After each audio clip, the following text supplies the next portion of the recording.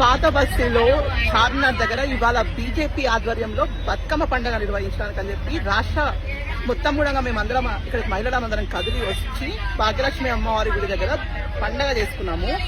కానీ ఇక్కడ కళ్ళు పుట్టినటువంటి తురకముండ అడుకులు ఇవాళ మా మహిళలు అందరం ఉన్నటువంటి, ఒకసారి చూడండి, ఇంతమంది మహిళలు ఉన్నటువంటి ఒక బస్సు పైన, మా బస్సు పైన ఒక ఆటో డ్రైవర్ వచ్చి దాడి చేస్తాడు.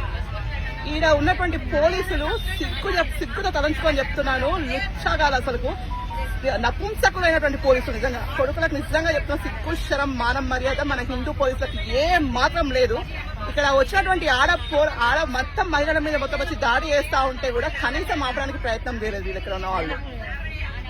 నిజంగా మీ బతుకులు ఇవాళ 100 మంది ఇక్కడ ఉన్నటువంటి మహిళల మందరం ప్రతిఘటించకపోయింటే అక్కడ ఉన్నటువంటి ఆటో వాళ్ళందరూ వచ్చి మా మీద దాడి చేసేటోళ్ళు.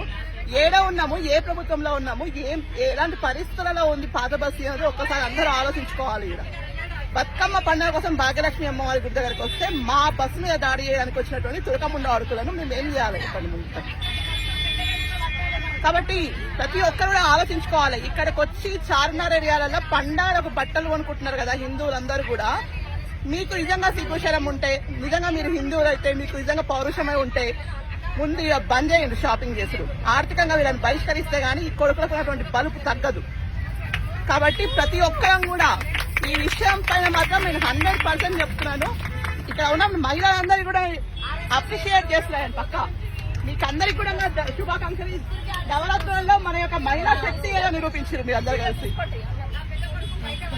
మహిళా శక్తి అంటే ఏందో ఇవాళ ప్రతి ఒక్క మా పాత బస్సులో ఉన్న ప్రతి ఒక్క తుర్కోని కూడా మేము చూపించామని చెప్తున్నాను. ఇంకా నమస్తే, భారత్ మాతాకి జై.